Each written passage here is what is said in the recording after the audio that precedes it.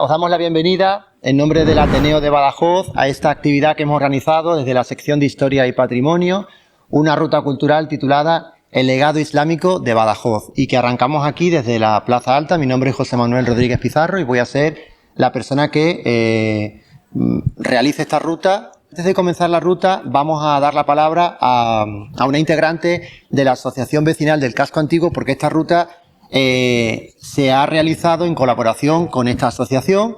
De hecho, la iniciativa surgió de ellas, se pusieron en contacto con el Ateneo y de ahí surgió la idea de hacer una ruta para rescatar el legado islámico de Badajoz en la antesala de la celebración de Almosasa.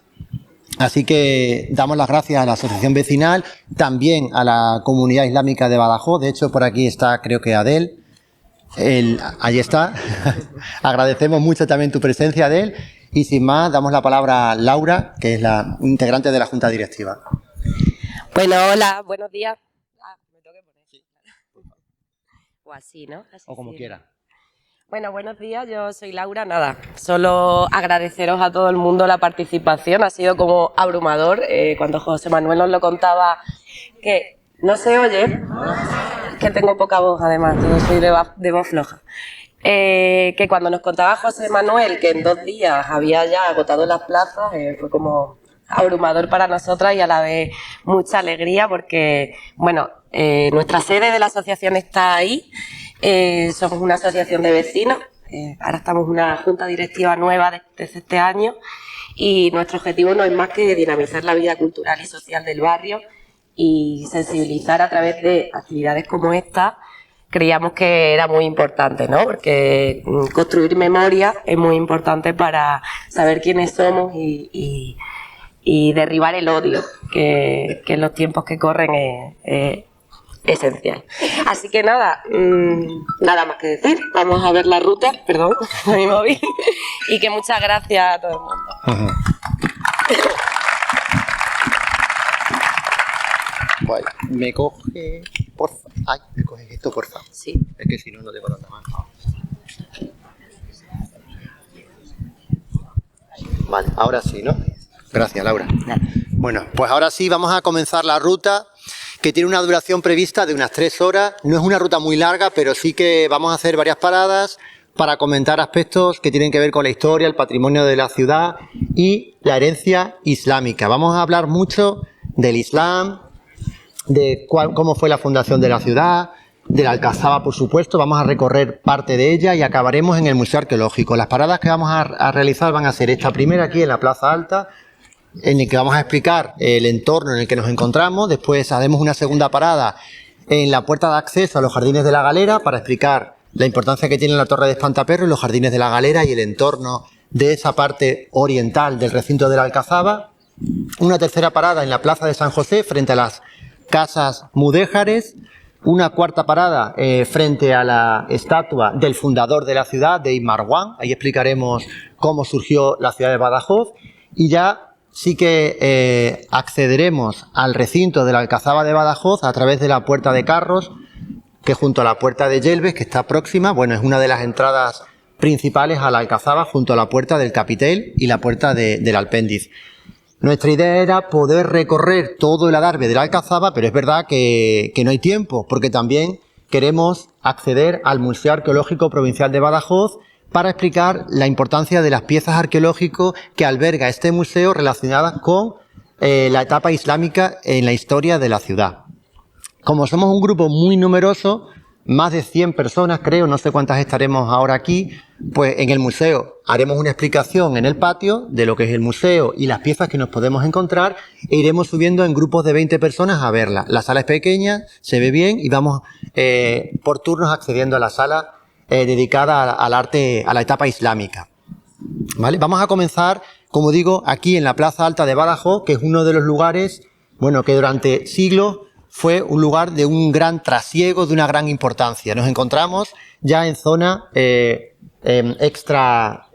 fuera de la muralla, ¿no? Extramuros, no me salía la palabra. En la zona sur del recinto de la Alcazaba, de la cual hablaremos, pero vamos a hablar de lo que supone esta plaza para la ciudad de Badajoz. Fue una de las zonas en las cuales tuvo lugar el crecimiento urbanístico de la Alcazaba cuando salta más allá del recinto de la muralla, ¿no? Es una de las zonas, digamos, una de las grandes postales de las imágenes icónicas de Badajoz, son esas casas coloradas con el fondo de la torre de Espantaperros, ¿no?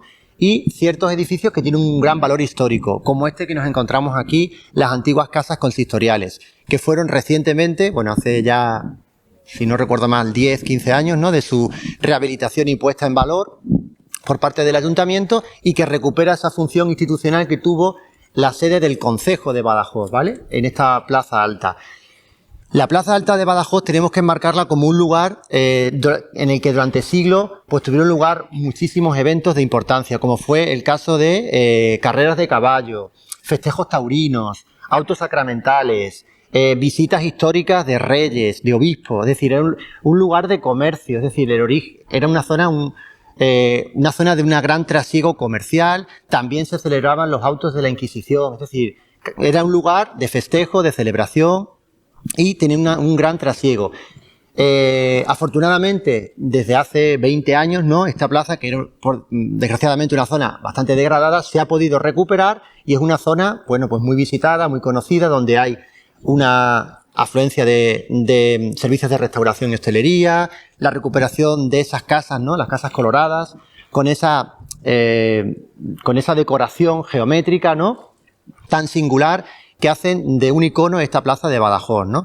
Esta plaza se la debemos, la configuración actual, a un obispo, el obispo Marín de Rodezno, cuya escultura la encontramos allí al fondo, que a finales del siglo XVII remodeló esta plaza siguiendo el canon, el patrón de otras grandes plazas mayores de España, como fue el caso de la Plaza Mayor de Madrid, la de Salamanca o la de Valladolid, entre otras. Siguió un poco esa tónica. Es verdad que quedó, de alguna manera, inacabada, inconclusa, por el estallido años después de la Guerra de Sucesión Española a principios del siglo XVIII. Pero es una plaza que guarda ese sabor y que también se vincula de alguna manera con ese legado islámico que va a ser el hilo conductor de toda esta ruta. Vamos a hablar no solamente de la etapa islámica, es decir, desde la fundación de la ciudad en el siglo IX hasta el siglo XIII, que tiene lugar la conquista de Badajoz por el rey Alfonso IX de León, sino también toda la herencia islámica que está presente, por ejemplo, en el arte, en uno de los estilos en los que está más presente, que va a ser el arte mudéjar. Arte gótico mudéjar que podemos presenciar, por ejemplo, en ese tipo de arco que vemos en las casas consistoriales, el uso de arco de herradura, que es una de las marcas del arte islámico en la península ibérica, el arte hispano en la península ibérica, ¿no? Y que sigue recogiendo ese sabor islámico en la ciudad de Badajoz, ¿no? Por ejemplo, también en la decoración, de alguna manera también, de esas casas coloradas, con ese cromatismo tan singular, ¿no? Es decir, y este espacio, ¿no?, que guarda también esa visión de lo que eran los zocos árabes, un lugar de mucho comercio, de mucho trasiego, y que además vamos a poder presenciar en unos días cuando se instale lo que va a ser la celebración de Almosasa Bataliaus el próximo fin de semana en Badajoz. Por tanto, es una plaza, además, otros edificios singulares se han recuperado también. Ahí vemos otros edificios, creo que es el de la Concejalía de Festejos del Ayuntamiento de Badajoz, que también, por ejemplo, en el uso del ladrillo, ¿no?, otro de los elementos que forman parte del arte mudéjar, ¿vale?, que están presentes, como veremos también, en las casas mudéjares un poquito más adelante. Otros elementos que merece la pena destacar es la zona del Arco del Peso, ¿no?, ese edificio que con ese corredor, ¿no?, que comunica esos dos inmuebles y que permite, de alguna manera, romper lo que iba a ser en principio toda la Plaza Mayor de Badajoz, entre lo que hoy es Plaza de San José y Plaza Alta. ¿De acuerdo? De alguna manera, este espacio, bueno, es una imagen muy icónica, ¿no?, de lo que supone Badajoz, su esencia, y de hecho es una postal, ¿no? Mucha gente que viene a Badajoz se sorprende que podamos disfrutar de una plaza mayor tan hermosa como esta, una vez que se han recuperado pues el cromatismo, ¿no?, esos tonos rojizos, blancos y negros de las casas coloradas, por supuesto el edificio de las antiguas casas consistoriales, en cuyo interior también se han conservado pinturas, esgrafiados y escudos reales, ¿vale? Es decir, que las pinturas que se han conservado nos hablan de un lugar donde se impartía justicia y donde estaba la sede del concejo, una vez que tiene lugar la toma de la ciudad por el Reino de León y luego ya por el Reino de Castilla, la autoridad residía en este inmueble. ¿De acuerdo? Y poco más, porque luego en la siguiente parada vamos a hablar de la Torre de Espantaperros, de los Jardines de la Galera, ¿vale? Y nada, muchísimas gracias y proseguimos con la ruta. Justo cuando estábamos en la Plaza Alta, se me ha olvidado citar que una de las torres que podemos ver justo detrás del edificio actual, donde está la sede de la UNED, detrás es una torre no de la época islámica, sino ya del siglo XIII, una vez que la ciudad es conquistada por el Reino de León. Una torre abarlongada, es decir, una torre que tiene una planta cuadrangular, pero tiene dos de los extremos en chaflán, ¿vale? Es decir, tiene una forma con el chaflán en dos de los lados de esa torre, que la podemos presenciar y que me he olvidado de citar anteriormente. Bueno, ahora sí vamos a empezar a hablar del contexto, ¿no? En este otro lugar emblemático, ¿no? Del legado islámico de Badajoz, esta torre de Espantaperros, ¿no? Que también es otro de los grandes iconos de la ciudad de Badajoz, junto a Puerta de Palmas. Quizá este más, ¿no? Porque este habla de ese pasado árabe, de ese pasado musulmán, tan presente hoy en la ciudad de Badajoz, que vamos a ir citando no solamente desde el punto de vista patrimonial artístico, sino también en nuestra forma de ser, en nuestra visión del mundo, es decir, ese legado musulmán que está tan presente. Y vamos a hablar en principio de también el contexto histórico en el que nos movemos, ¿no? En la Edad Media tenemos que hablar de cuándo, cómo y por qué surge la religión islámica, ¿no? Nos tenemos que remontar, nos tenemos que situar geográficamente en la península arábiga, un lugar que allá por el siglo VII, en plena Edad Media, era un lugar de una zona árida, ¿no? Desértica, donde tienen lugar, pues bueno, una serie de pueblos nómadas dedicados sobre todo al pastoreo, pero también donde hay grandes rutas comerciales entre ciudades como por ejemplo la Meca y Medina, ¿no? Y en ese contexto surge un personaje que va a ser Mahoma. Mahoma va a ser ese personaje que va a ser el creador, entre comillas, por así decir, de lo que va a ser el Islam y la religión islámica, cuya influencia se va a extender durante siglos y que llega hasta el presente. La figura de Mahoma, ¿no? Cuando él se retira al monte y recibe esa revelación de Alá, ¿no? Y a través del Corán sienta las bases de lo que va a ser no solamente una religión con una gran influencia, sino también de una cultura que va a alcanzar a muchos países.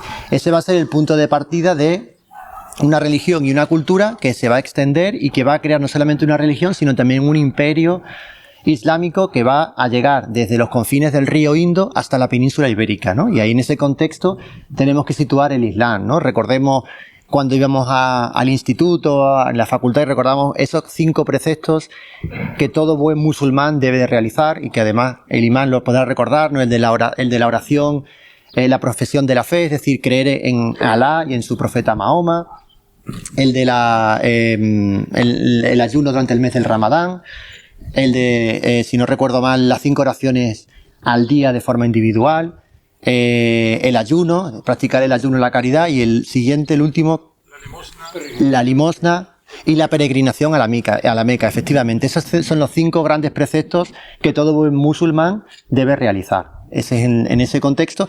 Vemos también cómo la religión musulmana llega hasta el día de hoy. Y cómo llega a la península ibérica. Pues nos tenemos que también ver en ese contexto en el que, bueno, los sucesores de Mahoma, el heredero, bueno, el sucesor de Mahoma va a ser Ali, su yerno y primo, que casa con su hija mayor Fátima y comienza esa sucesión en lo que va a ser el imperio islámico, ¿no? Abriendo también esas 2 grandes tendencias que va a haber en el Islam y que siguen hasta el día de hoy. Los chiitas y los suníes, ¿no? Efectivamente, si no recuerdo mal. Un poco también por ver la situación en la que supone, bueno, esas 2 tendencias del Islam, cómo se configura ese gran imperio islámico, primero con los califas ortodoxos, después con los califas omeyas, y va a ser en ese momento cuando, en uno de sus grandes periodos de expansión territorial, llegan y cruzan el estrecho de Gibraltar y llegan a la península ibérica, ¿no? Con un año clave como va a ser el 711, año en el que Tarik, el general bereber, junto a Murad, ¿no? Si no recuerdo, sí, van a cruzar el estrecho de Gibraltar y en la batalla de Guadalete van a vencer al rey Don Rodrigo y van a poner fin al reino visigodo y comienza la llegada de los musulmanes a la península ibérica. Rápidamente se van a extender, van a conquistar todo el territorio y los cristianos se van a refugiar en la cornisa cantábrica y en los Pirineos. Eso va a ocurrir en el 711. La expansión de los musulmanes es tal que llega incluso hasta el sur de Francia, ¿no? Donde son frenados en la batalla de Poitiers. En ese contexto tenemos que entender cómo se expande el Islam, los musulmanes por la península ibérica, y la ciudad de Mérida, la antigua Augusta Emérita, que también había tenido una importancia durante el periodo visigodo, pues va a oponer resistencia, pero finalmente las oligarquías, es decir, los nobles hispano-visigodos van a firmar un acuerdo con las nuevas autoridades musulmanas para respetar sus propiedades, sus privilegios, ¿no? De tal manera que muchos de esos nobles pues van a seguir pagando unos tributos a las nuevas autoridades islámicas, pero se van a seguir manteniendo con esos privilegios, ¿no? Esa nobleza hispano-visigoda. Y ahí tenemos que ver cómo en ese primer periodo, ¿no? Que llamábamos el Emirato dependiente, ¿no? Del 711 al 756, bueno, y luego ya cuando comienza ya ese Emirato independiente, primero dependiente de Damasco y después ya independiente, ¿no? Cuando comienza un personaje fascinante del cual hablaremos después, que va a ser Ibn Marwan, un muladí, es decir, un cristiano, ¿vale? Que se ha convertido al Islam y que vive en territorio musulmán. La figura de Ibn Marwan como fundador de la ciudad de Badajoz, un rebelde que se rebela contra el emir de Córdoba y que comienza desde ahí a hostigar, a luchar, ¿no? A rebelarse contra el emir, y llegan a un acuerdo para fundar la ciudad de Badajoz, que contaremos en la siguiente parada. Para que veamos también lo que supone, bueno, el Islam en la península ibérica, que tiene una importancia fundamental en la historia de la Edad Media, de la península ibérica y de la Edad Media en general. Todo eso llevado, esa pequeña introducción histórica, a nuestro ámbito, ¿no? A lo que va a ser el recinto, el monumento emblemático del Badajoz islámico, que es nuestra Alcazaba. Y, por supuesto, el monumento que tenemos aquí detrás, que es la Torre de Espantaperros, ¿no? Una torre albarrana. ¿Qué quiere decir eso? Una torre que está anexa a la adarve de la muralla, es decir, al recinto de la Alcazaba, gracias a un pasillo, ¿no? Y que su ubicación es estratégica. ¿Por qué? Porque esta es la zona más, por así decir, más vulnerable para el control del enemigo, ¿no? Si recordamos, la Alcazaba está rodeada por la parte oriental, por el arroyo Ribillas, y por la parte norte, una zona más escarpada, y por el río Guadiana. Este sería el flanco más débil, ¿no? Que podría ser asaltado por un enemigo, ¿no? De ahí que se construyera esta torre maciza, ¿no? De planta octogonal, elaborada, bueno, con tapial, ¿no? Maciza hasta una altura, y a partir de ahí, donde vemos las aspilleras, donde se puede además acceder y subir a la parte superior de esa torre de Espantaperros, ¿no? Y desde aquí no se puede apreciar, pero veremos también una especie de templete, ¿no? De campanario, mejor dicho, que va a ser construido ya en periodo cristiano, ¿no? Va a ser de estilo también mudéjar, ¿no? Que recuerda esa herencia islámica, ¿no? Con el uso, por ejemplo, del ladrillo, ¿no?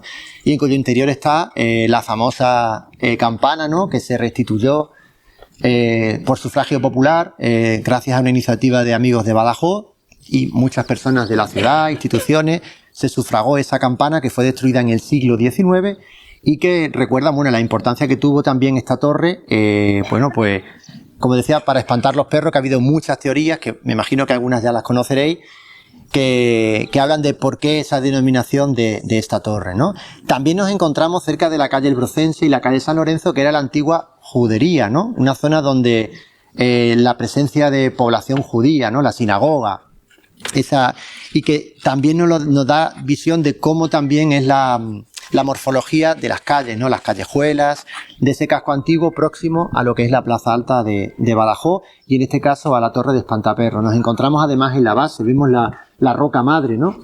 Y vemos también esa estructura, que además esta torre es antecedente, va a ser precursora de lo que va a ser la Torre del Oro en Sevilla, ¿no?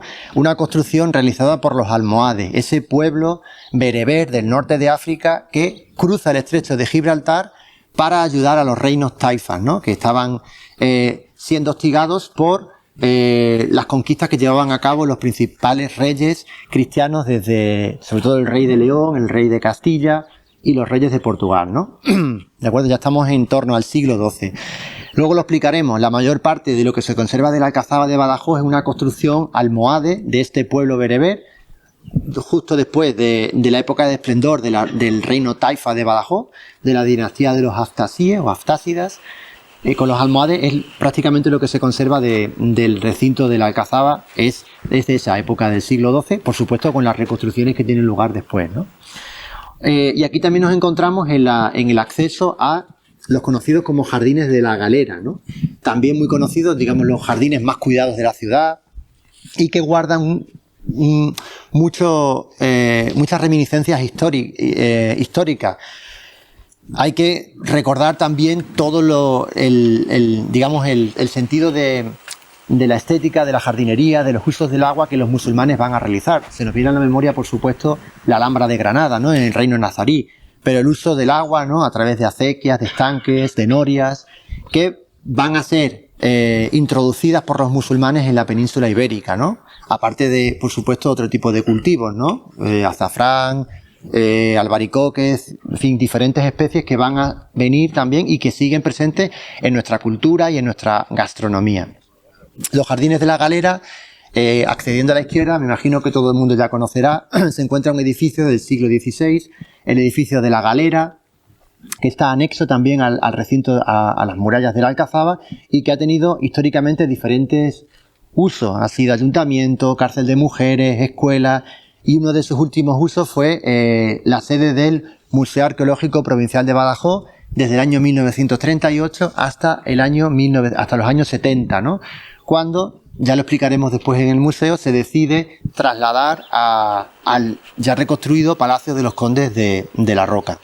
No nos da tiempo porque, bueno, queremos ver muchas cosas, pero si accedemos al museo, a los jardines de la Galera, al fondo, podemos encontrar Torrevieja, una de las primeras torres que se cree que se construyeron en el recinto de la Alcazaba, en la zona más elevada donde se encontraba la Ciudadela, la Medina y sobre todo el Alcázar de los primeros de Imarwan y de sus sucesores y por supuesto de los reinos de la Taifa, ¿no? Anexo también a lo que sería la mezquita mayor y los baños y que ocuparía lo que hoy sabemos que es donde hoy se encuentra en la Biblioteca de Extremadura, la Facultad de Ciencias de la Documentación y la Comunicación y la zona arqueológica anexa. Todo eso es donde se cree porque además hay documentos, la arqueología nos ha demostrado que se encontraba la base del palacio y de la mezquita mayor. De hecho lo veremos cuando vayamos a la puerta de la Biblioteca de Extremadura, veremos también lo que fue la primera torre de la catedral o la Santa María de la Sé, la torre de Santa María lo que fue la primera catedral, que sustenta sobre lo que fue la mezquita mayor, ¿no? Se conserva, creo que restos del muro de la Qibla y del Mirab, es decir, la zona más importante, orientada por supuesto a la Meca. Bueno, proseguimos en la tercera parada en lo que en sus orígenes iba a ser toda la Plaza Mayor de Badajoz, ¿no? Siguiendo la estética de la Plaza Barroca y que, como dijimos anteriormente, quedó inconclusa por la Guerra de Sucesión Española a principios del siglo XVIII. Ese arco del Peso del Colodrazgo, ¿no? Que separa lo que es la Plaza Alta hoy de la Plaza de San José. Este entorno, además, que está siendo remodelado actualmente, ¿no? Con un nuevo pavimento y que también está muy presente, por supuesto, lo musulmán, lo árabe, ¿no? Aquí en nuestras espaldas nos encontramos con el lienzo de la muralla, ¿no? De esa parte sur, ese flanco sur de la Alcazaba de Badajoz, ese lienzo de muralla. Y además vemos también lo que conocemos como barbacana, esa especie de antemuro que servía para proteger aún más esta zona más vulnerable, como decimos, de la parte sur, porque aquí no encontramos ningún elemento de la orografía que pueda dificultar a un enemigo a tomar y a escalar esa muralla, que bueno, que tiene su altitud, pero era la zona más fácil de poder tomar la ciudad por esta zona sur. La plaza de San José, bueno, ahí nos encontramos también los restos, los cimientos de lo que fue ya en época cristiana la cárcel real de Badajoz, es decir, uno de los cárceles que estuvieron desde el siglo XV, XVI, la etapa moderna, ¿no? La cárcel real, que fue ese lugar que nos encontramos ahí, anexo a la muralla. De hecho, muchas personas de aquí conocerán que toda esta zona, yo no, por edad, había casas y viviendas anexas a la muralla a la Alcazaba, ¿no? Pues ahí se encontraba la cárcel real, la cárcel durante la etapa moderna, que luego será trasladada a lo que fue el Palacio de Godoy, ya en el siglo finales del XIX, principios del XX, que hoy es la sede de la Escuela Oficial de Idiomas y lo fue de la Escuela de Artes y Oficios de Ardo Covarsí, que está pendiente de traslado y de apertura a la nueva sede de San Pedro de Alcántara. Y después de ahí pasó la cárcel de Badajoz, como bien saben, a los terrenos donde hoy se ubica el MEIAC, a la antigua prisión provincial que se construyó durante el franquismo y que estuvo en vigor estuvo abierta hasta los años 70, cuando se traslada la cárcel a la actual sede en la carretera de Olivenza. En la carretera de Olivenza, ¿vale? Vamos a hablar, hemos hecho un pequeño inciso, hablar de la cárcel real, Sí. ¿Se escucha ahora mejor? Vale. Hemos hablado de la cárcel real, que fue un edificio anexo al lienzo de la muralla de la Alcazaba de Badajoz. Hemos hablado de la barbacana, de cómo construían los musulmanes, en concreto los almohades, las murallas que están elaboradas con mampostería, con tapial, ¿vale? Elementos pobres, ¿vale? Es decir, pero sí que están revestidos en algunas partes con granito, con ladrillo, que va a ser otro elemento fundamental en la arquitectura hispano-musulmana, y otro elemento clave va a ser cómo van a reaprovechar elementos de otras culturas. Por ejemplo, el uso de fustes de la época romana, visigoda, o por ejemplo de capiteles romanos. De hecho, la conocida como Puerta del Capitel que vemos ahí, si accedemos y miramos hacia arriba, cuando pasamos esa puerta en recodo, que era una técnica defensiva también utilizada por los almohades para impedir que el enemigo tuviera más difícil penetrar en el interior de la Alcazaba, vemos cómo van a reutilizar un capitel de origen romano, presumiblemente de la antigua Augusta Emérita, que se trae para acá, ¿no? Y que habla de esa idea de construir, en este caso, la cultura islámica a partir de otras culturas previas como la romana en este caso. La Puerta del Capitel, que la encontramos la puerta en recodo, que recoge un poco la idea de esa puerta parecida, aunque de menor tamaño, va a ser la Puerta del Alpendis en la zona norte de acceso a la Alcazaba. Una puerta en recodo para dificultar el acceso del enemigo, y aquí encontramos otra portada de acceso que va a ser posterior, ya de época renacentista, ¿no? Con un arco de medio punto, y además vemos también con una inscripción que hace referencia a Civitas Pacensis, es decir, a la antigua denominación que se creía Badajoz, que era la antigua Pax Augusta, que hasta el siglo XIX muchos defendieron y que hoy sabemos que es inexacto, que no es verdad. La antigua Pax Augusta hace alusión a la ciudad alentejana portuguesa de Béja, ¿vale? Pax Augusta no es Badajoz. Badajoz no fue una ciudad romana. Badajoz fue una ciudad fundada por los musulmanes, por Imarwan, en el 875, como luego explicaremos, en el siglo IX. Es verdad que en el promontorio, en el Cerro de la Muela, es decir, en lo alto de lo que es la Alcazaba hoy, sí que se cree que hubo asentamientos de otras culturas. Es decir, desde el Calcolítico se cree que hay asentamientos, ¿no? Y que presumiblemente pudiera existir un oppidum en la época romana, ¿de acuerdo? Pero lo que estamos claros es que nunca existió ahí ninguna ciudad. La ciudad se edifica en el siglo IX por parte de Imarwan, ¿de acuerdo? En la plaza de San José encontramos también uno de los edificios más antiguos de la época. Gracias. Uno de los edificios más antiguos de la época posislámica, es decir, un edificio que se crea extramuros, que está datado finales del siglo XIV, principios del XV, que son las casas mudéjares, ¿vale? Un edificio felizmente también recuperado y que nos habla también de esa herencia islámica. Como hemos dicho, el arte mudéjar bebe de esa fusión entre lo que era el arte que implantaron los musulmanes, pero que se mantiene en la península ibérica cuando esos territorios pasan a manos cristianas. En este caso, Badajoz al Reino de León, posteriormente al Reino de Castilla, ¿no? Esas casas mudéjares, vemos, por ejemplo, ya lo hemos dicho anteriormente, el uso del ejemplo del ladrillo, del arco ojival, ¿de acuerdo? Y es una de las casas que conserva también esa herencia islámica. Incluso cuando se ha excavado en el interior del patio, no sé si la conocen, se han encontrado restos de la época almohade, ¿de acuerdo? Es decir, son unas casas que tienen, que se construyeron extramuros cuando la ciudad fue creciendo, ¿de acuerdo? fuera del interior de la Alcazaba, ¿de acuerdo?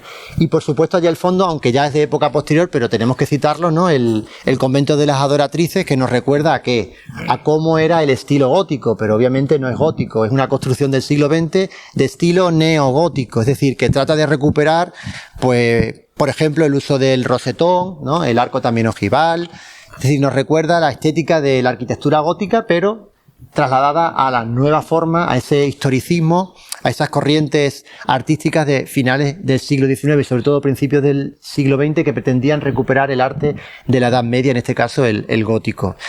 Y, bueno, allí también vemos otra torre, ahí se ve muy bien, ¿no? Lo que es una torre, joder, no me sale la palabra.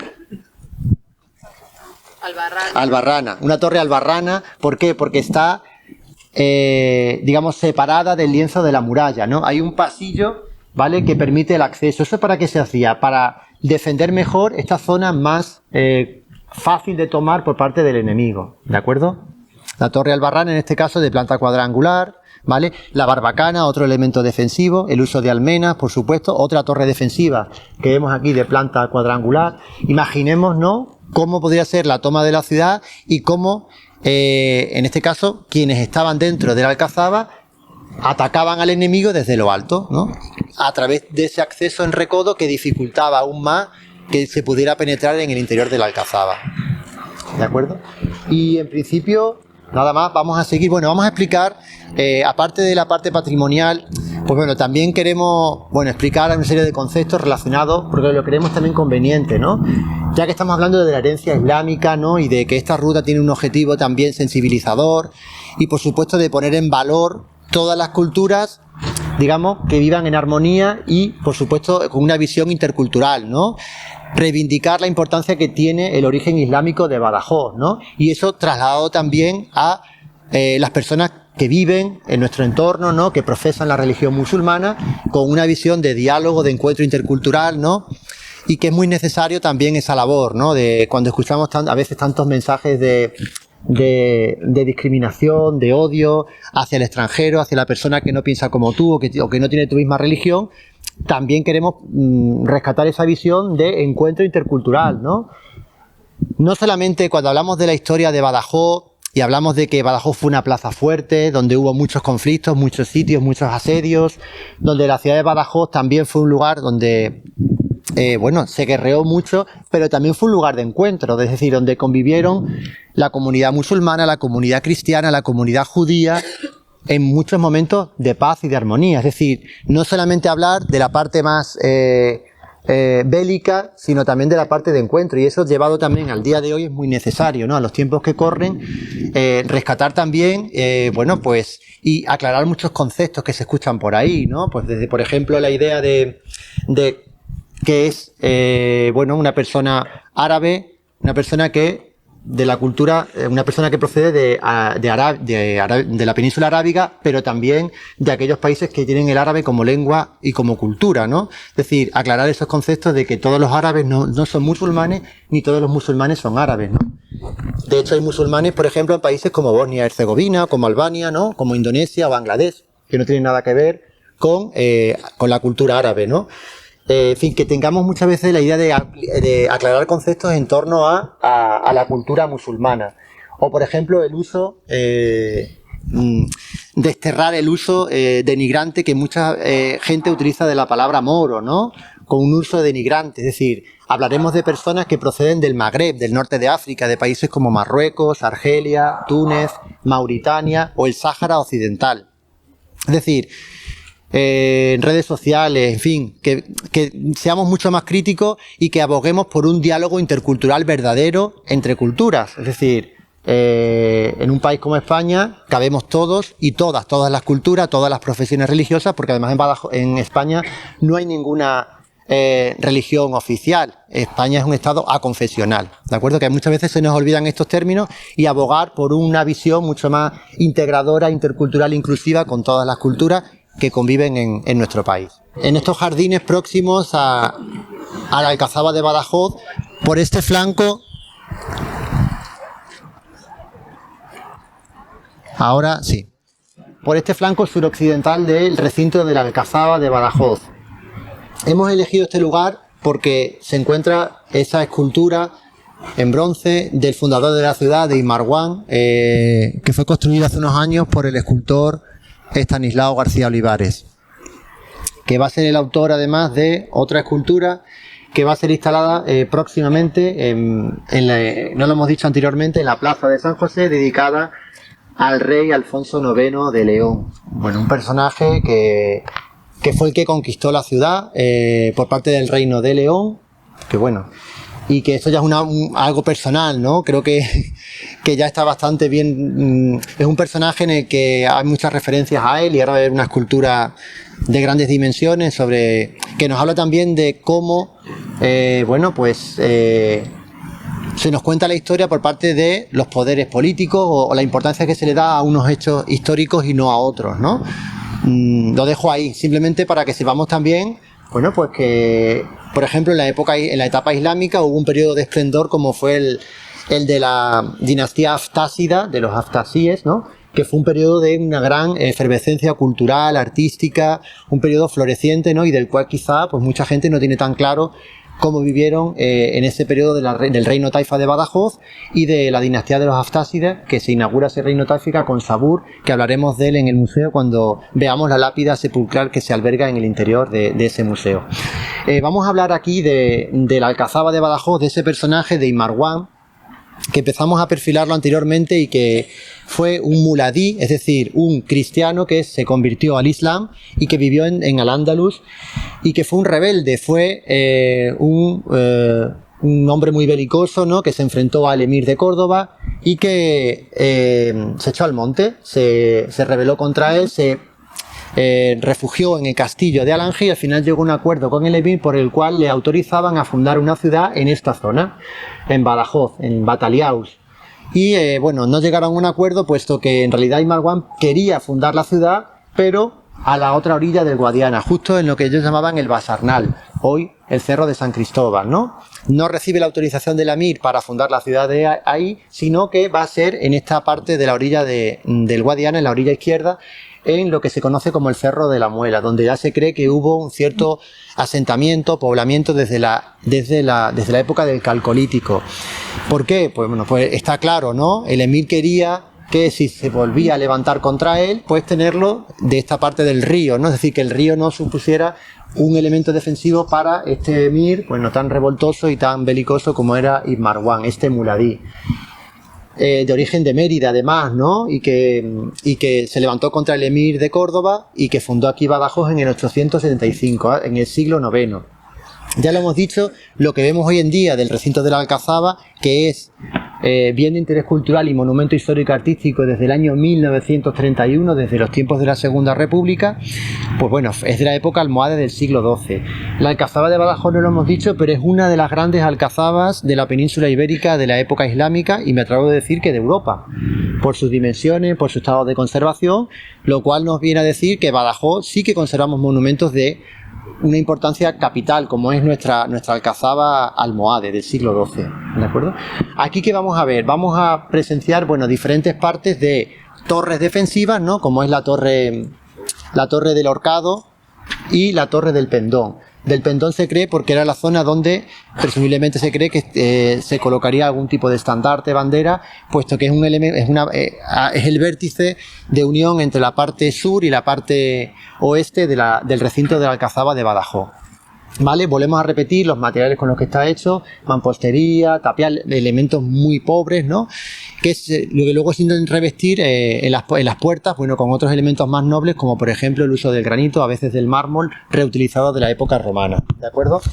Más elementos que tenemos que tener. ¿Por qué? ¿Por qué fue aquí donde Imarguán? Pues Imarguán era un personaje muy listo, ¿no? Sabía que tenía la proximidad del agua, el río Guadiana, tenía... ¿Se escucha? Sí. Bueno. ¿Ahora mejor? Ahora. A ver, ahora sí, ¿no? La proximidad del agua, ¿no? También una zona que es una vega, es una zona fértil, ¿no? De pasto, tierras de labor próximas. También la proximidad de madera, ¿no? Entendemos que entonces habría más árboles que ahora, ¿no? Es decir, una zona también próxima de maderas, y la protección del cerro, ¿no? Es decir, es un elemento defensivo para fundar una ciudad, un punto estratégico por el río Guadiana, la protección del río, del arroyo Ribillas, la zona escarpada norte, es decir, es un lugar propicio para asentar una plaza fuerte como va a ser desde su fundación hasta prácticamente el siglo XX. Badajoz, plaza fuerte del suroeste peninsular, un lugar que va a sufrir muchos sitios y asedios en diferentes conflictos armados, ya en época cristiana, pues recordemos desde la Guerra de Sucesión Española, la Guerra de la Independencia, es decir, previamente la Guerra de Restauración de Portugal, en fin, diferentes momentos históricos que Badajoz va a ser una plaza fuerte importante, ¿de acuerdo?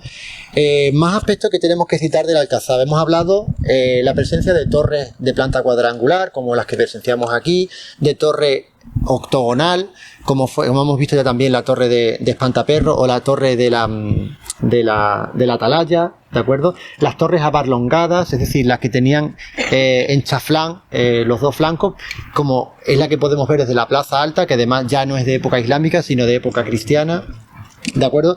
Y que nos habla un poco de la importancia que va a tener este lugar defensivo, ¿no?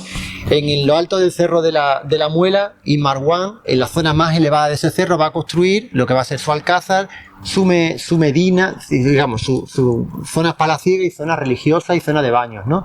Y poco a poco se va a ir extendiendo hacia esta zona, hacia la zona próxima al río. De hecho, vamos a ver luego lo que va a ser la puerta de la coracha o del río. Una coracha es un elemento defensivo que permite que desde el interior de la muralla, es una muralla perpendicular al lienzo de la muralla, que permite que se pueda bajar al río a buscar agua sin sufrir bueno, pues las embestidas de un enemigo que pueda aproximarse, puesto que tenemos una protección a través de esa muralla perpendicular, que es lo que se conoce como la coracha.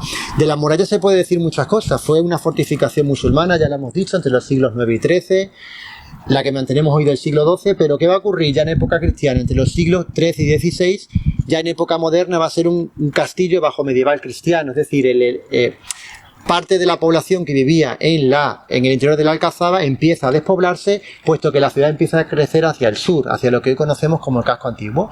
Se empieza a despoblar y empieza a darle ya un uso más militar, ¿de acuerdo? También se empiezan a construir, ya en época medieval y época moderna, casas fuertes. Las grandes familias que viven en Badajoz pues van a construir casas con aspectos de fortaleza para defenderse de posibles ataques, ¿de acuerdo?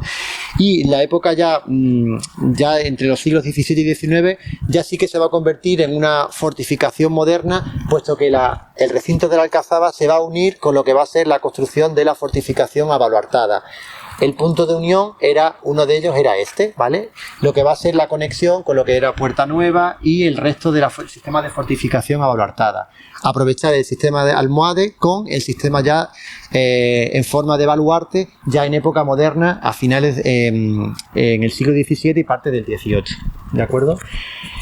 De tal manera que entendamos que la Alcazaba es un espacio vivo, ¿no? Que ya, por ejemplo, en el siglo XIX prácticamente queda arrasada después de la Guerra de la Independencia y prácticamente, bueno, se va a construir el hospital militar en el siglo XIX, pero prácticamente ya va a ser un lugar para cuarteles como fortín, para la artillería, es decir, para elementos defensivos, no para poblar ahí en el interior de la Alcazaba, ¿de acuerdo?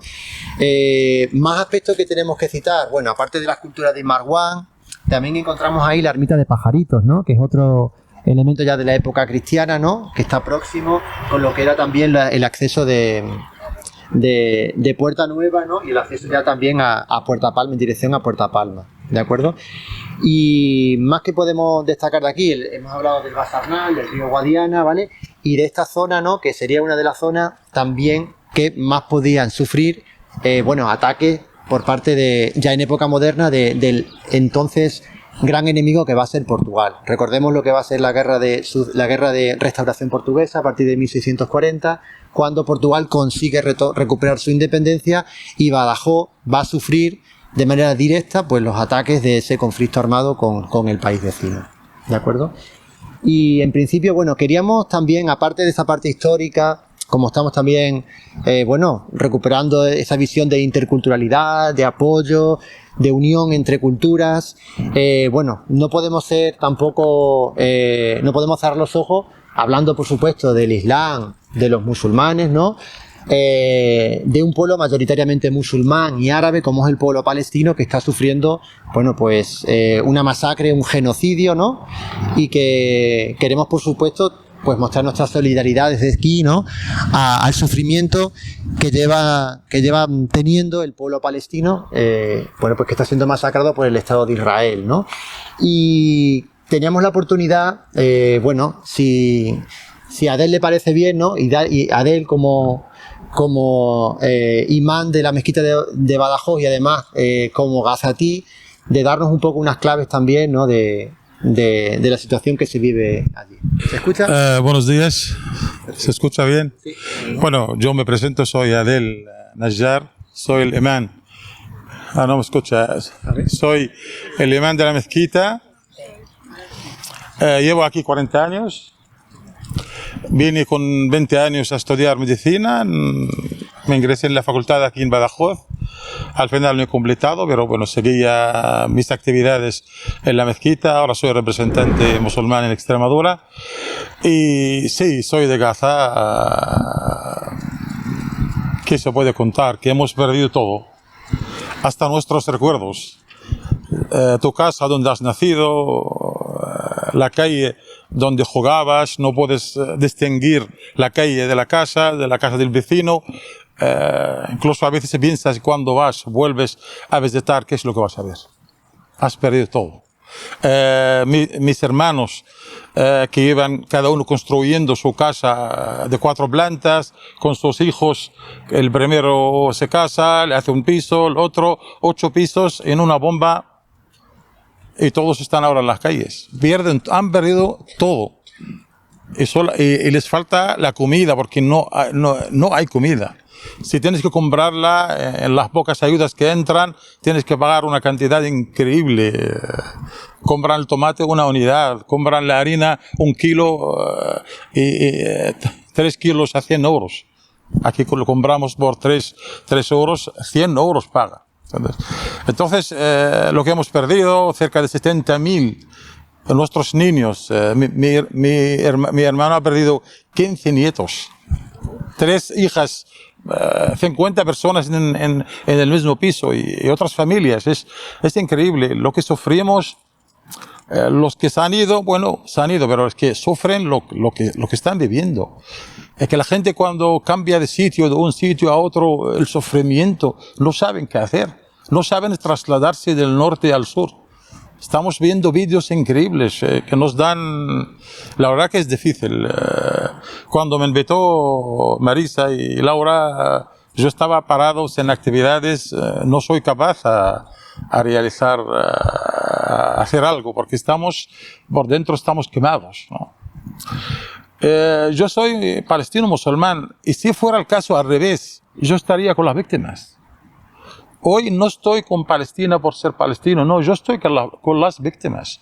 Si fueran las víctimas israelíes o judías, yo estaría con las víctimas.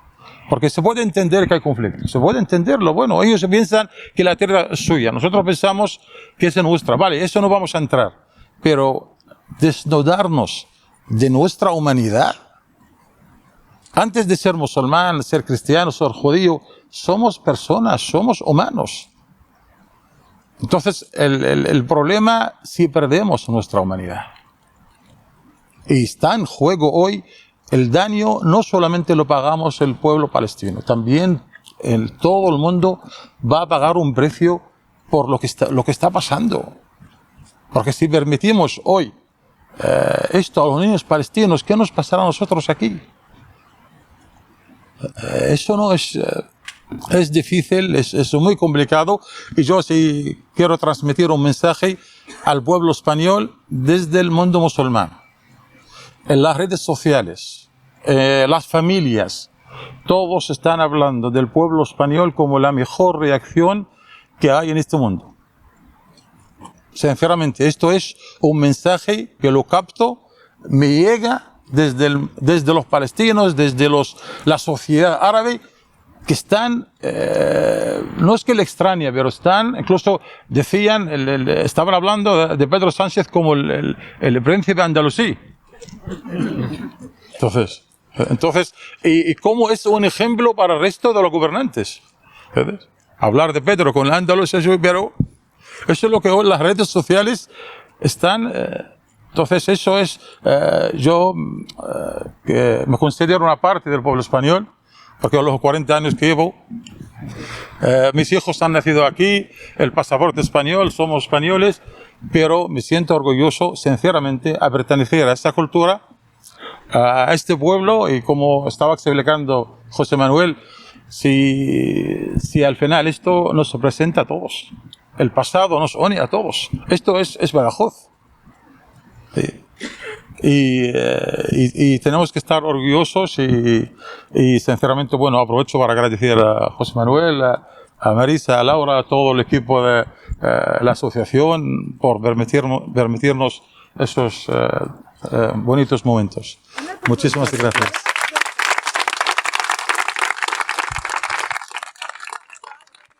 Almenadas con puertas, con corachas.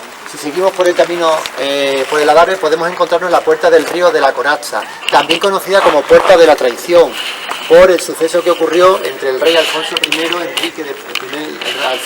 de Portugal con el rey Fernando II de León, cuando Badajoz estaba aún en poder de los musulmanes, ¿no? Y en los tiempos de la conquista ante los reinos de León y la defensa de la ciudad andalusí de Badajoz, entonces, ¿no?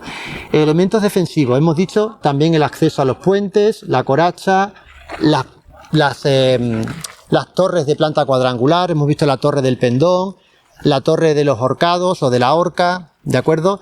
Elementos ya de época cristiana, las ruinas de estas dos ermitas, y aquí es muy interesante ver cómo sería la planta de los edificios que se conservaban de la época almohade o incluso de época previa, de la época de la taifa de Badajoz. Donde más se aprecia también los restos de lo que fue la etapa primigenia andalusí es en las traseras, en el lateral del hospital, de la biblioteca de Extremadura. Los restos arqueológicos que se excavaron hace unos años y que permiten visualizar la planta de las viviendas que pudieron haberse construido y que luego se mantuvieron en etapa cristiana, ¿de acuerdo? Es decir, cuando tiene lugar la conquista de Badajoz por Alfonso IX de León, se construyen edificios, palacios, casas fuertes de las grandes familias de la ciudad con elementos defensivos, ¿no? Como va a ser la Torre de los Acevedo, justo al lado del Museo Arqueológico, ¿vale? O justo al lado de la iglesia de Santa María de Calatrava, donde existía otro edificio fuerte de otras de las familias importantes de la época de en torno al siglo XIV y XV en Badajoz, ¿de acuerdo? Elementos defensivos. Tenemos que tener en cuenta que Badajoz en esos momentos es una plaza fuerte, de tal manera que el mantenimiento de lo que va a ser la muralla va a ser una clave para la supervivencia de la ciudad de Badajoz en diferentes momentos históricos. A partir de la construcción almohade, ese mantenimiento va a seguir vivo, como va a ser esta batería, este relleno de tierra colmatada para permitir que la artillería pueda defender el interior de la alcazaba atacando al enemigo que pudiera estar en el fuerte de San Cristóbal. Por ejemplo, como ya hemos dicho, durante la Guerra de la Independencia, cuando tiene lugar la batalla de Gébora, ¿vale? Entre franceses y tropas aliadas, entre ellas las españolas y portuguesas, entre otras, ¿de acuerdo? Y más elementos. Bueno, no nos va a dar tiempo, por supuesto, a recorrer todo el Adarve, pero yo les animo a ellos, si no lo han hecho ya. Merece la pena recorrer todo el Adarve de la Alcazaba. En algunos tramos no se conserva, hay unas estructuras metálicas que nos permiten hacer el recorrido de todo el perímetro. ¿De acuerdo? Es verdad que hay zonas que no son muy accesibles. Esta sí permite que una persona con movilidad reducida pueda al menos acercarse al Adarve y contemplar las vistas al río Guadiana y al Basarnar o al cerro de San Cristóbal. ¿De acuerdo? Dudas, preguntas.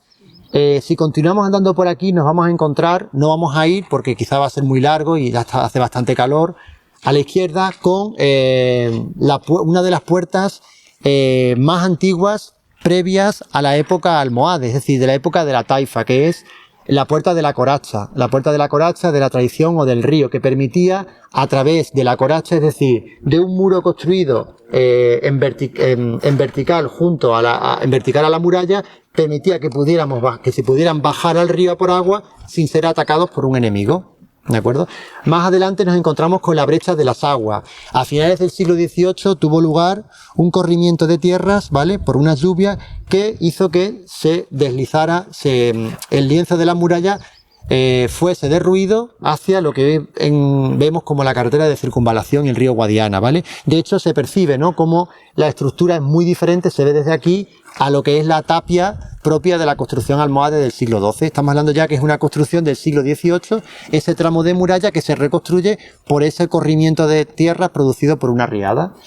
Y justo más allá vemos al fondo la torre de las 7 ventanas, otra de las torres rodeadas de un aula de leyendas, de mitos, y ahí me imagino que alguna persona conocerá la leyenda de la torre de las 7 ventanas. No sé si alguien la conoce. A ver. No, pero no contarla, ¿no? No hay ni una ventana. No hay ni una ventana, eso es. Ahí nos cuenta... Sí. La contaron, perdón, Sí. el día de la noche en blanco. Ah, bueno, cuéntanosla. No, que yo no tenía... Ah, vale, vale. La tú que la sabes. La leyenda de Zoraida, de la torre de las 7 ventanas, nos habla de, bueno, como ocurre con muchas fábulas y aspectos de las leyendas, nos habla de una historia de amor imposible entre una musulmana y un guerrero cristiano, ¿no?, que estaba él en lo que hoy conocemos como el fuerte de San Cristóbal, y esta hija del rey de la taifa, ¿no?, de Zoraida, bueno, pues fue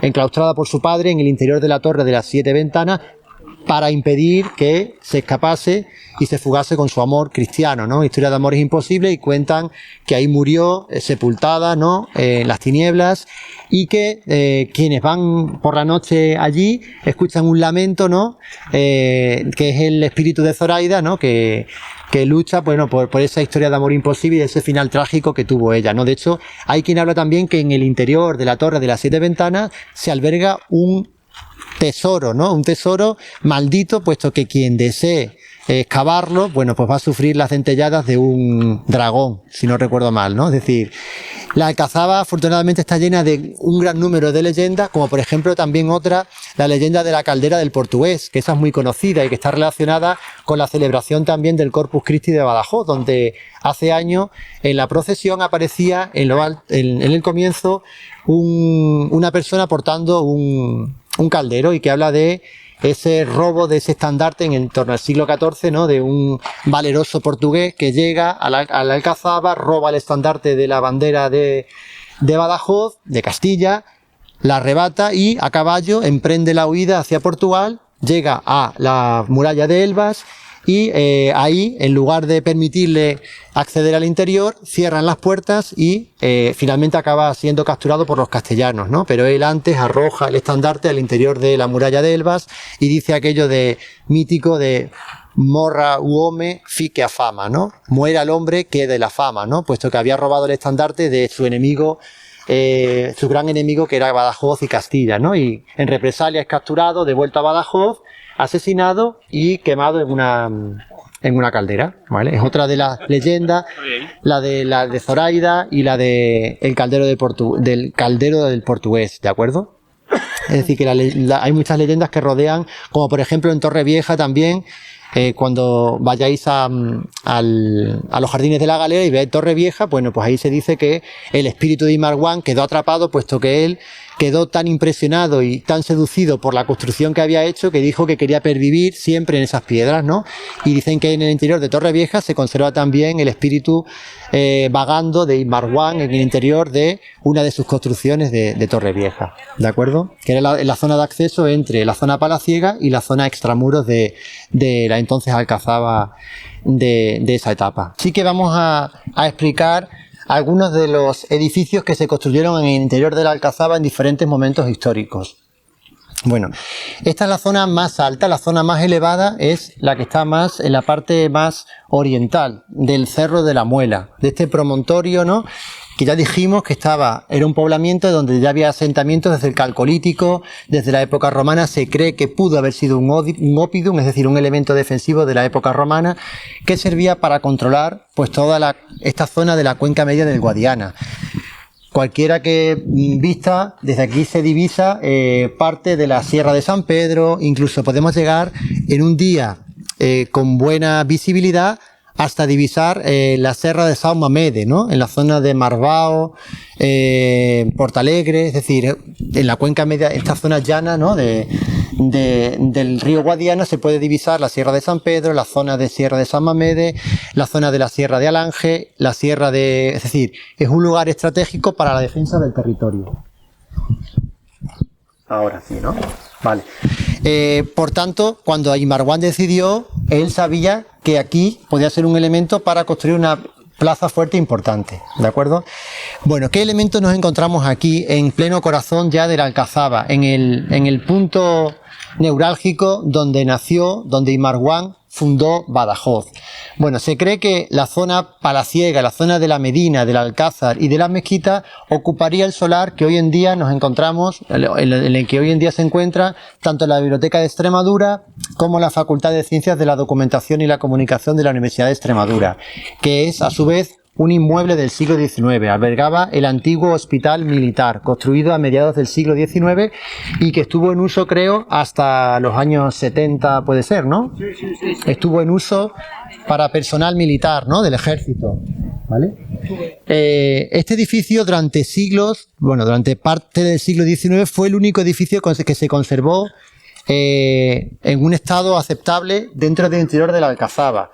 Tenemos que recordar que Badajoz sufrió muchos asedios, sitios en diferentes momentos históricos, sobre todo durante la Guerra de la Independencia, que hizo que lo que quedaban de las grandes casas fuertes del interior de la Alcazaba quedaran prácticamente destrozadas, como ocurrió con la Torre de los Acevedo que nos encontramos aquí, con la casa de Hernán Gómez, que también vemos allí, otra casa fuerte, y con el Palacio de los Condes de la Roca, que es el edificio que alberga hoy el Museo Arqueológico Provincial de Badajoz, ¿vale?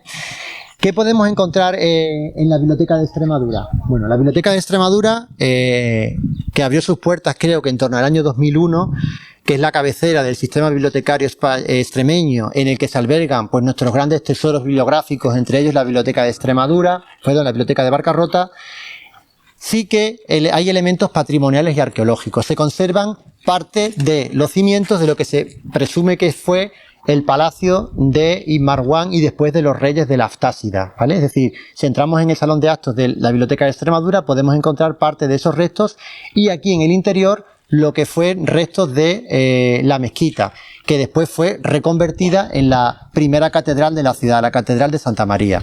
De hecho, se ve lo que parte del muro de la quibla y del mirab. El mirab es la parte fundamental del muro de la quibla, del elemento principal hacia la cual los musulmanes dirigen su oración, puesto que está dirigido hacia Oriente, hacia la Meca, que es el lugar sagrado para los musulmanes. ¿De acuerdo?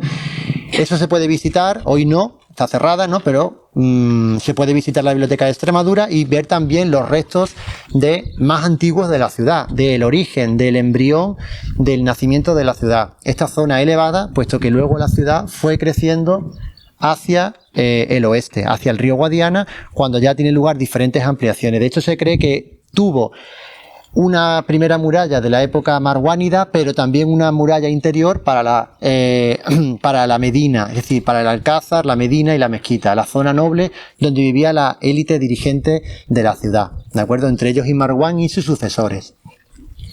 Más elementos que podemos destacar desde aquí. Ahí vemos un edificio también de la época ya cristiana, la casa de los Gómez de Solís, y también el palacio de autopsias de lo que fue el hospital militar, ¿de acuerdo? ¿Vale? Y también por allí podemos acceder a la otra de las grandes puertas de la Alcazaba, la puerta del Alpendiz, ¿de acuerdo? Que nos permite además acceder, es una puerta bastante parecida a la del Capitel, de menores dimensiones, es cierto, pero que permite el acceso a la ciudad, la salida a la ciudad por la zona norte. De hecho, os recomiendo también, recientemente se ha puesto en valor por parte del ayuntamiento lo que se conoce como el Camino Cubierto. Desde ahí se puede acceder hasta el Parque de la Trinidad o de la Legión, ¿vale? Que era un camino cubierto, un elemento defensivo que se construye ya en época moderna y que formaba parte del sistema de fortificación abaluartado. Es decir, un camino cubierto es un elemento defensivo que permitía la comunicación entre dos puntos, mediante el cual las tropas podían caminar, desplazarse en diferentes alturas para impedir que un enemigo pudiese atacar por uno de los lados. Por eso es un camino cubierto que se conserva y se puede ya pasar desde aquí hasta el Parque de la Trinidad o de la Legión. ¿De acuerdo? Siglo XIX se construye el hospital militar y y otro elemento importante ya de la época más contemporánea del siglo XX es el interior del aljibe que se conserva en esta parte de la Alcazaba, en la zona alta. Es ya una construcción ya contemporánea, ¿de acuerdo? Pero tiene una importancia también por lo que supuso antes con la construcción del embalse de la Peña del Águila en Villar del Rey, una zona de suministro, abastecimiento de agua para el interior de la población de la ciudad de Badajoz, ¿de acuerdo? Después ya vendría la Casa de las Aguas, en lo que fue el comienzo de Carolina Coronado, ¿no? Cuando se construye el pantano de Villar del Rey, ¿de acuerdo? Ese aljibe hoy en día está vacío y hay un proyecto para la ampliación del Museo Arqueológico Provincial de Badajoz, que está pendiente, ¿no?, de aprobarse por parte del Ministerio de Cultura del Gobierno de España y de otras administraciones, la Junta de Extremadura, el Ayuntamiento de Badajoz, puesto que, según tengo entendido, es propiedad municipal el aljibe que se conserva ahí, ¿de acuerdo? Es decir, que este museo arqueológico del cual vamos a hablar ahora, que tiene tanta proyección por todo lo que han supuesto los últimos grandes hallazgos en la provincia, ¿no?, pues tenga un mayor espacio de exposición, puesto que hay una gran demanda de visitantes cada vez más a este museo y pueda tener su ampliación a través incluso de un acceso que pudiera ser, ¿por qué no?, subterráneo entre lo que es el interior del Palacio de los Condes de la Roca y esa futura ampliación del museo. Pero es verdad que será en un futuro. Aquí nos encontramos, hemos dicho, la Torre de los Acevedo y justo aquí detrás la Torre de Santa María, que recoge, es una construcción ya cristiana, construida a partir de otra musulmana, de lo que era el alminar de la mezquita, ¿vale? Es decir, el lugar desde el cual se llamaba la oración a toda la comunidad musulmana cuando Badajoz formaba parte de Al-Ándalus. Toda esta zona es muy interesante, los hallazgos, ¿no?, que se han encontrado en los últimos tiempos, ¿no?, cuando se ha excavado, bueno, toda la zona de acceso desde la Puerta del Capital hasta el antiguo hospital militar, hoy Facultad de Comunicación, ¿vale? De hecho, la próxima semana tendrá lugar el ciclo de conferencias muy interesante, muy recomendable si os gusta la arqueología, la historia en general, el ciclo de conferencias que organiza la Asociación de Amigos de Badajoz dentro de la celebración de Almosasa. De lunes a jueves hay un ciclo de conferencias, si no recuerdo mal, a las 8:30 o por ahí, en las casas consistoriales, en la Plaza Alta, ¿no? Acceso libre. Hay mucho interés, cada vez, por suerte, ¿no?, en el mundo del patrimonio, de la arqueología, y son muy demandadas y muy interesantes. Y una de esas conferencias va a ser dar a conocer la importancia de estas últimas excavaciones en el recinto de la Alcazaba de Badajoz, ¿vale?, donde se han encontrado en diferentes estratos pues elementos de la época de la taifa, pero sobre todo de la época ya cristiana, de una época ya del siglo XIV-XV fundamentalmente. Y creo que el compañero Diego, David Gordillo, que no me acordaba del nombre, va a ser uno de los ponentes que va a explicar, bueno, pues la importancia de esta zona, de esta última zona donde se ha excavado en el interior de la Alcazaba, ¿vale? Bueno, una Alcazaba que sobre todo se excavó durante los años 70 y 80 por Fernando Valdés, no me acordaba el nombre. Fernando Valdés ha sido el gran estudioso de la arqueología del interior, es decir, durante los años 70 y 80 él excavó y sus publicaciones están ahí, ¿no? Pero estas han sido las últimas en este tramo, en esta parte, en esta superficie de la Alcazaba, y se revelarán en esa conferencia, creo que es el próximo jueves, si no recuerdo mal. Que te pase bien. ¿Vale? Manuel, Dime. ¿por qué se traslada la catedral de aquí allí? Porque, fijaros, ya en época... ¿Por qué no se quedó aquí? ¿Por qué no se quedó? Porque la Alcazaba, claro, la ciudad... Digamos que el interior, la zona intramuro era la zona más noble, donde van a vivir las grandes familias y van a construir sus casas-palacios. Pero ¿qué ocurre? Conforme va creciendo la ciudad hacia la zona sur, toda la zona de Plaza Alta, se empieza a construir lo que se conoce como la cerca vieja, la muralla medieval cristiana que empieza a rodear pues todo lo que hoy entendemos por el casco antiguo, es decir, la zona de la calle Concepción Arenal, es decir, hay tramos de lo que se llama la cerca vieja, la muralla medieval, que se va ampliando conforme la ciudad va creciendo hacia el sur, ¿de acuerdo? Hasta llegar a la cerca vieja, ya en la última etapa, siglo XVI, que ocuparía pues lo que hoy aproximadamente es por la zona de Ronda del Pilar. Toda esa zona era la última muralla que se construye de la cerca vieja hasta que se construye la actual, el sistema de fortificación a baluartado que lo conservamos hoy en día, ¿no? El sistema de baluarte, que también lo hemos visitado desde el Ateneo en alguna otra ocasión y lo hemos explicado. Vamos a acabar ya la ruta programada para hoy desde la sección de Historia y Patrimonio del Ateneo de Badajoz en colaboración con la Asociación Vecinal del Casco Antiguo y de la Comunidad Islámica de Badajoz. Esta actividad cultural la acabamos aquí, en el Museo Arqueológico Provincial de Badajoz, en una de esas casas fuertes que se construyeron ya en la etapa moderna, como fue el Palacio de los Condes de la Roca. Como digo, fue otra de esas casas fuertes de las grandes familias del Badajoz de ese momento, que se levantan, ¿no? Y que van a ser, van a tener una función residencial palaciega, pero también con elementos defensivos, puesto que Badajoz, repetimos, fue una plaza fuerte que sufrió pues numerosos sitios, asedios en diferentes conflictos armados. ¿De acuerdo? Vale, nos tenemos que ubicar en el siglo XVI, cuando se construye este edificio de una de las familias nobles del momento, ¿vale? Y que también nos recuerda a rasgos del arte mudéjar, que está muy vinculado con el arte y la cultura islámica o de Andalus, o andalusí, de Al-Ándalus, ¿vale? Por ejemplo, ¿en qué? En el uso del ladrillo, ¿vale? Que aquí se percibe muy claramente ese rasgo del arte mudéjar, que está muy presente, por ejemplo, si habéis visitado Teruel, ¿no? O diferentes, sobre todo Teruel, o mismo en el caso de Extremadura, el monasterio de Guadalupe, ¿de acuerdo? Bueno, vamos a hablar de este edificio del siglo XVI, vinculado con la familia de los Suárez de Figueroa, pero que luego va a sufrir diferentes situaciones, ¿vale? Va a quedar derruido, sobre todo, bueno, va a quedar, como hemos dicho, la Alcazaba pasa por diferentes momentos históricos y hay un momento en el que la etapa ya moderna, pues el interior de la Alcazaba prácticamente está despoblado y se utilizan esta serie de inmuebles, de edificios, sobre todo para un uso militar, como almacenes, en fin, almacenes militares, y este va a ser el caso también de este Palacio de los Condes de la Roca.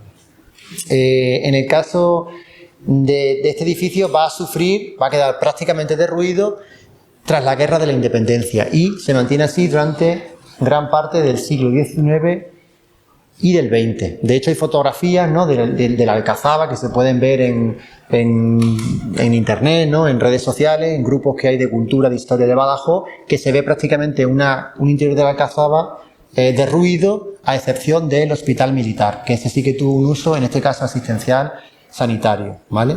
Pues aquí ya hemos dicho, bueno, se va a albergar el Museo Arqueológico Provincial de Badajoz, cuyos orígenes nos tenemos que remontar al siglo XIX, en concreto a la fundación de las comisiones provinciales de patrimonio. Bueno, este museo, como otros, ¿no? Otros museos provinciales arqueológicos, tiene como función recoger, preservar y presentar los restos arqueológicos hallados en el interior de la provincia de Badajoz, en cualquier enclave, ¿vale?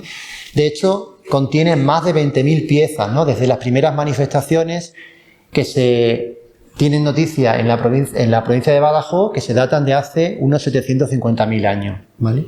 El museo como tal fue fundado a mediados del siglo XIX, en el año 1867 por parte de la Comisión Provincial de Monumentos, con el fin de salvaguardar el rico patrimonio histórico y artístico que las desamortizaciones pusieron en manos del Estado. Recordemos que en el siglo XIX tiene lugar el proceso de desamortizaciones. Las de Mendizábal y las de Madoz. Las de Mendizábal afectaban a los bienes eclesiásticos, las de Madoz a los bienes municipales y comunales. Pues gran parte de esas piezas que pertenecieron a la Iglesia, el Estado va a intentar protegerlas de que fueran expoliadas o fueran vendidas y sacadas del interior del país. Por eso se crean esas comisiones provinciales para atesorar, preservar y salvaguardar esas piezas como consecuencia de las desamortizaciones y que estaban en manos sobre todo de la Iglesia. Y ahí tenemos que destacar una figura fundamental, como fue la del profesor catedrático de Ética y Lógica en el Instituto de Segunda Enseñanza de Badajoz, don Tomás Romero de Castilla.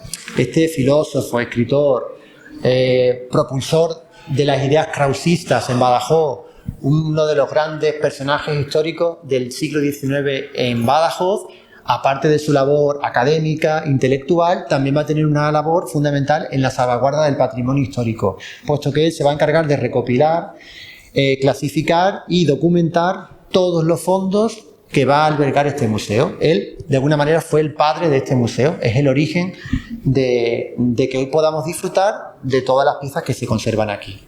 En primer lugar, el Museo Arqueológico estuvo en el Palacio de la Diputación Provincial, en la calle, en lo que es la calle Felipe Checa, ¿no? el Palacio Provincial, pero durante la Guerra Civil, en el año 1938, después de la toma de la ciudad y de la matanza de Badajoz, cuando las nuevas autoridades franquistas deciden que necesitan más espacio en el Palacio Provincial y trasladan todos los fondos que se conservan en el Museo Arqueológico, que por entonces estaba unido al Museo de Bellas Artes, es trasladado al edificio de La Galera, que ya hemos hablado de él cuando estábamos en el acceso a los jardines de La Galera. Ahí va a estar el Museo Arqueológico, ahí estuvo desde el año 1938 hasta la década de los 70, ¿vale? Ahí también se segregan, se crea el Museo de Bellas Artes, ¿no?, del cual fue director Adelardo Covarsí Justas, uno de los grandes artistas, pintores, profesor de la Escuela de Artes y Oficios, que hoy lleva su nombre. También fue el director y propulsor de lo que es el Museo de Bellas Artes, o MUBA, gestionado por la Diputación. El Museo Arqueológico Provincial pasa a manos del Estado, del entonces Ministerio de Cultura, y sus piezas se mantuvieron en el palacio en el edificio de La Galera hasta los años 70, un edificio que si lo conocéis, bueno, pues no tiene muchas dimensiones, no es muy espacioso, y quedó, bueno, en pocos años quedó pequeño, ¿no?, para albergar tanta pieza. Y es entonces cuando en los años 70 y 80 se empieza a pensar en adquirir este inmueble por parte del Estado y rehabilitarlo, reconstruirlo y levantar este edificio que gran parte está reconstruido, ¿no? Es decir, se conservaba muy poco, pero se hizo con bastante buen tino y conserva ese sabor y esa visión de lo que era el arte mudéjar, ¿no?, con este patio, ¿de acuerdo? Este museo abre sus puertas a finales de los años 80, creo que en el 89 abre sus puertas tal y como se mantiene hoy. Es verdad que en los últimos tiempos este museo, pues ya ha habido un cambio de aire, un cambio también en las políticas del museo, en la dirección, y sí que al calor también de los nuevos hallazgos muy importantes, pues ha sido todo un revulsivo para la gran afluencia que cada vez están llegando más a este museo y que tiene que ver mucho con la sala de protohistoria, que allí tenemos el panel y que me imagino que muchos y muchas de vosotros ya conoceréis. Los grandes hallazgos encontrados de origen tartésico en el yacimiento del Toriñuelo, en las cercanías de Guareña, entre ellas los famosos rostros del Toriñuelo, pues se albergan aquí, ¿no?, en una sala además pionera, vanguardista en cuanto a las técnicas museológicas. Es una maravilla, merece la pena venir con los hijos, con los padres, con los amigos, para descubrir, bueno, pues esos grandes hallazgos arqueológicos que conservamos en Badajoz y además con mucha innovación en cuanto al discurso expositivo que hay en esa sala dedicada a la protohistoria y a las piezas de la época tartésica en concreto. ¿De acuerdo? Bueno, el Palacio de los Duques de los Condes de la Roca, como he dicho, es un palacio fortaleza. Los elementos mudéjares, ya hemos dicho, el uso del ladrillo, el uso del alfiz, ¿vale? También el uso de esgrafiados en las torres, si lo vemos desde fuera, que nos habla un poco de esa visión del arte mudéjar, ¿no? El museo, por supuesto, requiere una visita, ¿no? No solamente la sala de protohistoria, pero puesto que la visita de hoy está dedicada al legado islámico en Badajoz, vamos a centrarnos a ver qué piezas podemos conservar, podemos ver en el interior de este museo en su sala dedicada al Islam. Vamos a proceder de la siguiente manera. Vamos a explicar y vamos a mostrar con fotografías de la guía algunas de esas piezas que vamos a poder ver y vamos a tener que subir en grupos de 20 porque la sala es muy pequeña.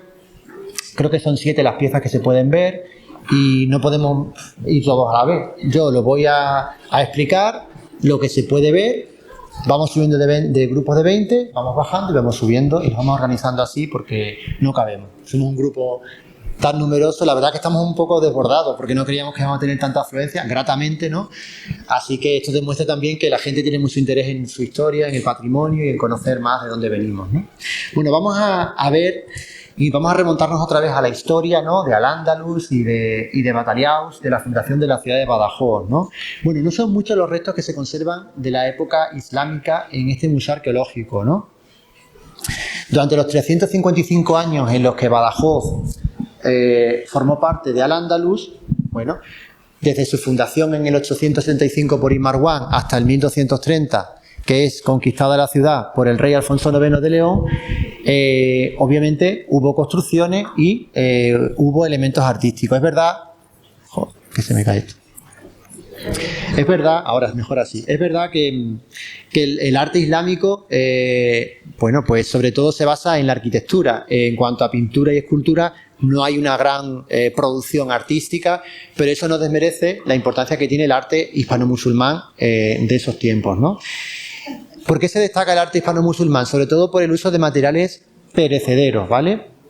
Y qué puntos, sobre todo, se han encontrado mayores hallazgos de la etapa islámica. Pues aparte de, por supuesto, el Cerro de la Muela, la Alcazaba de Badajoz, también la Alcazaba de Mérida, no sé si la conocéis, próxima al Puente Romano, a la Plaza de la Loba, que también merece una visita a conocer esa alcazaba y su impresionante aljibe también, no sé si han bajado, ¿no? También los hallazgos en el Castillo de Medellín y en otros puntos, como por ejemplo en Fuente del Maestre, ¿de acuerdo? Lo que nos habla también es cómo la provincia de Badajoz, después de la batalla de Guadalete y la conquista de Mérida como ciudad fundamental entonces, y la resistencia que eso puso, sí que hubo un proceso de islamización. Es decir, sí que se respetó a gran parte de las familias nobles hispano-visigodas, puesto que pagaron tributos a las nuevas autoridades del mundo musulmán, ¿vale? En cuanto a Badajoz, ya hemos hablado de su fundación en el siglo IX y cómo Badajoz, ya durante la época del califato independiente, es decir, una vez que Abderramán I consigue tener el poder político no religioso, es decir, se convierte en emir, sí que Badajoz va teniendo, después de su fundación, pues un carácter a partir de Conil Marwan de ciudad libre, de ciudad propia, ¿no?, ajena al poder del emir, ¿no? Algo que va a cambiar cuando llega ya el califato con Abderramán III, en la época gloriosa del califato de Córdoba, ¿no?, donde Badajoz sí que va a estar ya más sometida por parte de la autoridad del califa de Abderramán III y sus sucesores. En cuanto a la época de esplendor del Badajoz, vamos a encontrar la época de la taifa, ¿no? Y vamos a hablar ahí del primer mandatario, el primer gobernador de la taifa de Badajoz, conocido como Sabur o Sapur en otras fuentes historiográficas, ¿no? Este personaje histórico, del cual tampoco tenemos muchas fuentes que nos den datos, una de las cuales va a ser, lo vamos a ver en la sala, su lápida sepulcral, ¿no?, el epitafio que aparece y que está escrito en kufid, en árabe, ¿no?, con una tipografía propia de esa época medieval, ¿vale? También podemos encontrar restos de otro de los grandes reyes de la taifa de Al-Mansur, Ibn al-Aftas, que va a ser el primer rey de la taifa de Badajoz de la dinastía de los Haftásidas, con el cual se abre ese periodo glorioso, ¿no?, pero también de enfrentamientos, sobre todo con las tropas cristianas que vienen hostigando desde el norte, ¿vale? Y también con los que va a ser ya después, en la etapa final, la invasión de los almorávides, que acuden en ayuda de esos reinos taifas, de esos reinos fragmentados, pero que en realidad van a dominar y van a controlar las diferentes taifas. Una de las principales fue la taifa de Badajoz, por su extensión, puesto que llegaba desde prácticamente Toledo hasta las costas del Atlántico portuguesa. Nos habla de la importancia, el esplendor que tuvo la taifa de Badajoz en esos momentos.